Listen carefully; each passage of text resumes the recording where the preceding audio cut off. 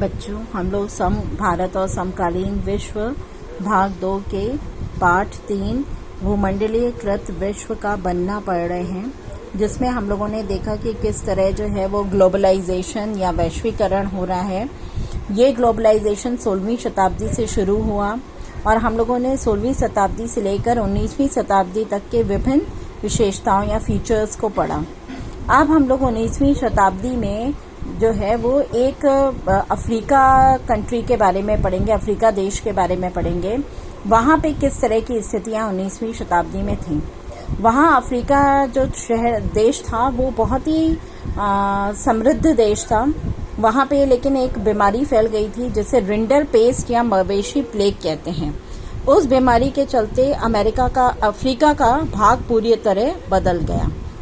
आइए हम लोग अफ्रीका में फैली इस बीमारी के बारे में पढ़ते हैं। रिंडर पेस्ट या मवेशी प्लेग। अफ्रीका में 1890 के दशक में रिंडर पेस्ट नामक बीमारी बहुत तेजी से फैल गई। मवेशियों में प्लेग की तरह फैलने वाली इस बीमारी से लोगों की आजीविका और स्थानीय अर्थव्यवस्था पर गहरा प्रभाव पड़ा। दुर्घटनावश फैल गई इस मवेशियों की बीमारी ने भी हजारों लोगों के जीवन व भाग्य को बिल्कुल बदल कर रख दिया और दुनिया के साथ उनके संबंधों की शक्ल भी बदल दी। अब आपको पता है कि जो अफ्रीका देश था वो केवल पालतू पशुओं पर निर्भर था। वे उसी से उनका जीवन यापन करते थे। तो वहाँ के पशुओं में जब ये बीमारी फैली तो उसका अफ्रीका को बड़ा नुकसान हुआ। रिंडर पेस्ट नाम की ये जो बीमारी है ये अफ्रीका में ब्रिटिश आधिपत्य वाले एशियाई देशों से आए जानवरों से अफ्रीका में फैली थी। मतलब ये एशियाई देशों से जो जानवर आए थे उनके जरिए अफ्रीका में फैली थी। अफ्रीका में रिंडर पेस्ट नामक बीमारी से 90% मवेशियों की मृत्यु हो गई और पशुओं के इतने बड़े पैमाने पर मृत्यु से अफ्रीकी लोगों की आजीविका और स्थानीय कमाई के साधन समाप्त हो गए। जैसा कि मैंने बताया कि इनका आजीविका का साधन यही पशु थे। जब पशु समाप्त हो गए तो इनके आजीविका के साधन भी समाप्त हो गए।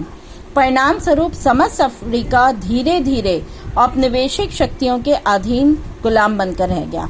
मतलब वहाँ के लोगों को कोई काम नहीं था, तो इसलिए उनको औपनिवेशिक शक्तियों जो काम देते थे उनको जो है वो काम करना पड़ता था, क्योंकि उनके पास अपनी आजीविका के कोई साधन नहीं थे। इसके बाद आइए हम लोग 19वीं शताब्दी के एक दूसरे फीचर के बारे में पढ़ते हैं। वो है भारत से अनुबंधित गिरमिटिया श्रमिकों का जाना। भारत में भी जो है वो वैश्वीकरण का असर पड़ा था। अब क्या होने लगा, जो आपने श्रम प्रवाह के बारे में पढ़ा है ये उससे संबंधित है। 3 तरह के प्रवाह आपने देखे थे वैश्वीकरण में होते हैं, पूंजी प्रवाह, श्रम प्रवाह, व्यापार प्रवाह। तो ये श्रम प्रवाह से रिलेटेड है।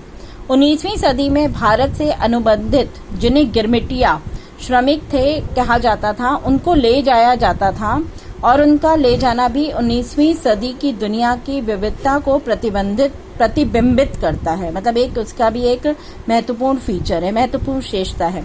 19वीं सदी में भारत और चीन के लाखों मजदूर को बागानों, खादान, सड़कों और रेलवे का निर्माण परियोजनाओं में काम करने के लिए दूर दूर के देशों में ले जाया जाता था। भारतीय अनुबंधित श्रमिकों को खास तरह के अनुबंध या एग्रीमेंट के तहत ले जाया जाता था। इन अनुबंधों में ये शर्त होती थी कि ये मजदूर अपने मालिकों के बागान में 5 साल तक काम करेंगे और उसके बाद वे स्वदेश लौट सकते हैं। इन श्रमिकों को मुख्यतः कैरिबियाई द्वीप समूह, त्रिनिदाद, गुयाना, सुरीनाम और मतलब ये जो कैरिबियाई 3 द्वीप समूह हैं, त्रिनिदाद, गुयाना और सुरीनाम में ले जाया जाता था। इसके साथ मॉरिशस और फिजी में भी ले जाया जाता था। 19वीं सदी के इस अनुबंध व्यवस्था को कई लोगों ने नई दास प्रथा का भी नाम दिया है।